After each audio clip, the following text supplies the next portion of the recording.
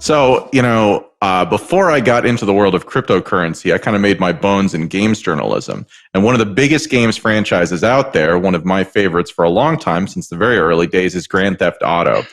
Grand Theft Auto has a new version coming out probably in the next couple of years. I don't actually think it's even been officially announced yet. But yesterday, a well-qualified leaker, that's a leaker who's been right about a lot of stuff before, basically said on Twitter that Grand Theft Auto, the new version, would include certain payments in Bitcoin.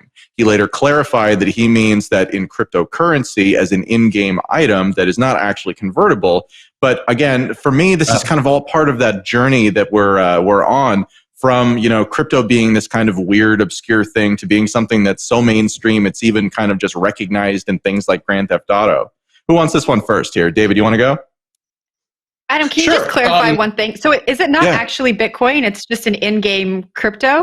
Not actually Bitcoin. It's an in-game crypto. It's just another form of in-game currency that isn't going to ever hit a blockchain or whatever. The point is that from like a cultural touchstone basis, we are now talking about cryptocurrency as this form of money that can now appear inside of very popular games like Grand Theft Auto.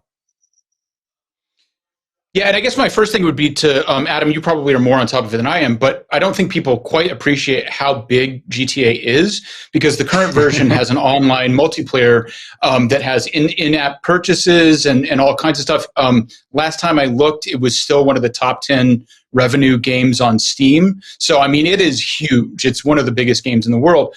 But I'm curious because, 2 years of development is a long time. Do people think there's a chance that in that time, the infrastructure for, NFTs or whatever would develop to a point where maybe they will flip the switch and make this something actually connected to a blockchain? Because we already have games that are integrated with blockchain. At least they're not super popular, but they're out there. So I'm curious whether that might turn from being just in-game to something else.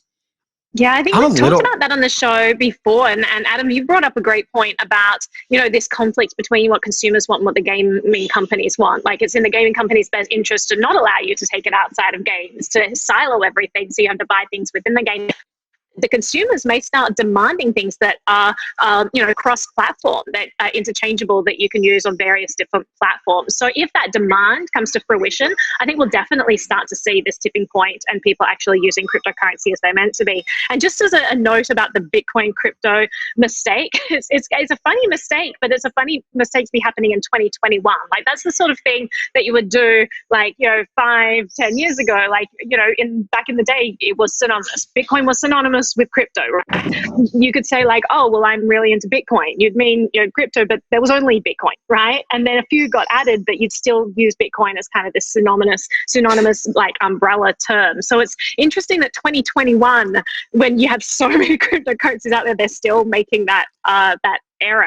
But Adam, I'll throw this back to you. Yeah, go ahead, Ben. Sorry, no, I was just going to say, I'll take it back one step further too, where crypto used to just mean cryptography and not even cryptocurrency. Right. So these things are shifting all the time. I don't really see GTA, David, to your point, moving into NFTs, for example. I think that the blockchain-based video games that are getting spun up and are continuing to get spun up, are doing that from the get-go, and they're really orienting their sort of brand and the games themselves around having that interoperability. I think it'd be a much heavier lift for a company in a hugely centralized company like the makers of GTA to start trying to plug that in on the back end at this point, and then introduce users to it. So user demand may ultimately be what decides this, but I would be incredibly surprised if we did see that at least in the near future. But Adam, to you.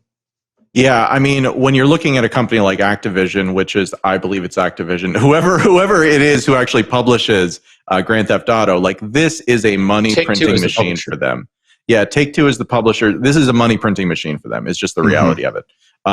They have a formula that was very innovative 20 years ago. But today, they're just doing iterations on it and figuring out how to pump out more and more and more money from it. Grand Theft Auto 5, the prior version, came out 8 years ago, and it is still incredibly profitable for them because of the way they've done this. So yeah, my expectation echoes what Ben said, which is that they're not going to do anything first. They're going to do something because they have to, maybe, but probably they're just going to use this to print money, and they're just, drafting off kind of the zeitgeist as it kind of comes up. Jen, where are you on this?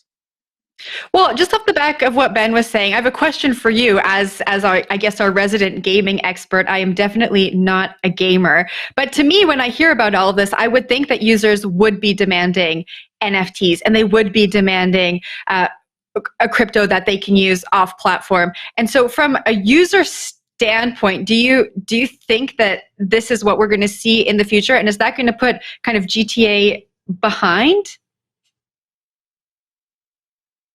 Ben? No, I don't think so. I think like this is sort of like, Adam, maybe to your point, like this is like trying to turn a monetary battleship in some ways. And, I think that people are going to have an appetite for like centralization. They're going to have an appetite for decentralization, but I think there are opportunities that are popping up in the decentralized space, and that this is going to be really hard to draw like this community and this community in particular to a different space, just because it is so not homogenous. That's not the wrong word, but like Adam, to your point, it's such a tight-knit group. Yeah, and just one more thing that I would say is that, like to Naomi's earlier point, like we think about this as if it's been obvious for a long time, but again, we're still early in that cycle.